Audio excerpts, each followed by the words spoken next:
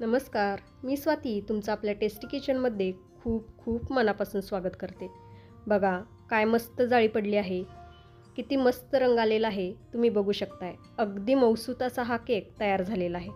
सगळी केक एकीकडे आणि व्हॅनिला केक एकीकडे. तर आज आपण इथे बिना अंड्याचा, बिना ओव्हन, अगदी घरच्या साहित्यात व्हॅनिला स्पॉन्ज केक कसा बनवायचा ते बघणार आहोत. बनवायला म्हणाल तर अगदी सोपं आहे. चला तर वेळ न घालवता रेसिपीला सुरुवात करूया. त्याकरता इथे एका पातेल्यामध्ये मी अर्धी वाटी दही घेतलेलं आहे. दही आपल्याला खूप आंबट घ्यायचं नाही. आता याच वाटीने मी सर्व साहित्य मोजून घेणार आहे. आता या दह्यामध्ये आपण 1 वाटी पिठी साखर घालून घेऊ आणि याला चांगलं मिक्स करून घेऊ. तुम्हीही घरातील एखादं भांडं सेट करा आणि त्यानेच सर्व साहित्य मोजून घ्या. पिठी साखर दह्यामध्ये व्यवस्थित अशी मिक्स झालेली आहे. आता यामध्ये आपल्याला अर्धी वाटी रिफाईंड तेल घालून घ्यायचं आहे. इथे तुम्ही तेलाऐवजी तूप किंवा बटर वापरला तरीही चालेल. पण व्हॅनिला केक जर तुम्हाला मऊसूत हवा असेल तर यामध्ये तुम्ही तेलाचाच वापर करा. तूप वापरताना तूप आपल्याला पूर्णपणे वितळलेलंच वापरायचं आहे.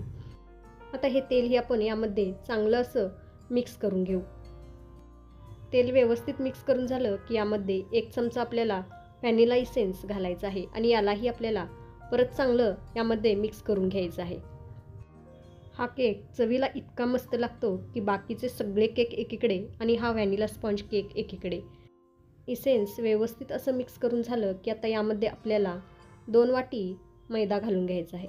मैदा घालत असताना मैदा आपल्याला चाळून मग मोजून घ्यायचा आहे आणि तो यामध्ये घालायचा आहे. आता याला आपल्याला चांगलं असं फेटून घ्यायचं आहे. मैदा यामध्ये मिक्स करत असताना किंवा फेटत असताना याला आपल्याला एकाच दिशेने असं फिरवत फेटायचं आहे. म्हणजे मैद्यामध्ये अजिबात गुठळ्या होत नाहीत किंवा झाल्यास तर अगदी त्या पटकन मोडल्या जातात. त्यामुळे आपल्याला एकाच दिशेने याला असं फेटून घ्यायचं आहे. मैदा यामध्ये व्यवस्थित असा मिक्स करून झाल्यानंतर यामध्ये आपल्याला अर्धी वाटी रूम टेम्परेचरवरचं दूध घालून घ्यायचं आहे.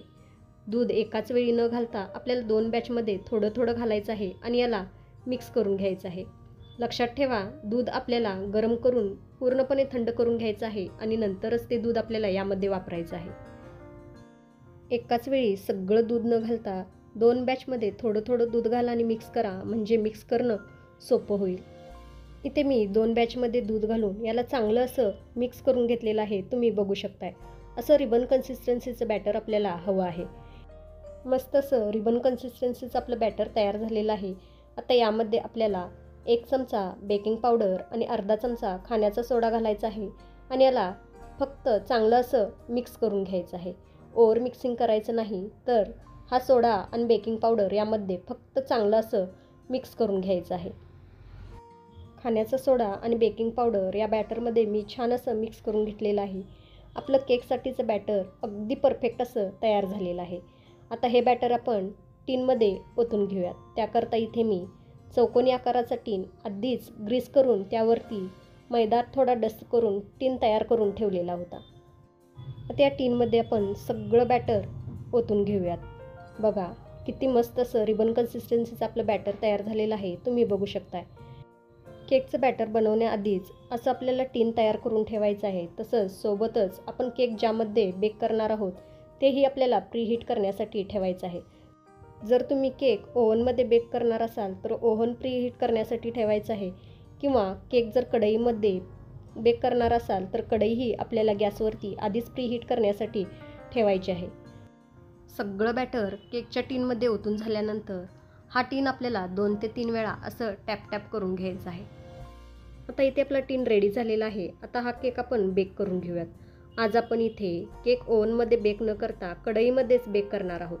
तर इथे मी 10 मिनिटापूर्वी कढई गॅसवरती प्रीहीट करण्यासाठी ठेवलेली होती. कढई ज्यावेळी प्रीहीट करण्याकरता ठेवली त्याचवेळी कढईच्या तळाला मी थोडं मीठ घातलेलं आहे. त्यावरती एक स्टँड ठेवलेला आहे. आता या स्टँडवरती आपल्याला हा ट्रे ठेवायचा आहे. यावरती परात झाकायचा आहे आणि खालून हवा लागू नये म्हणून या परातीवरती आपल्याला काहीतरी ओझं ठेवायचं आहे आणि हा केक आपल्याला बेक करून घ्यायचा आहे.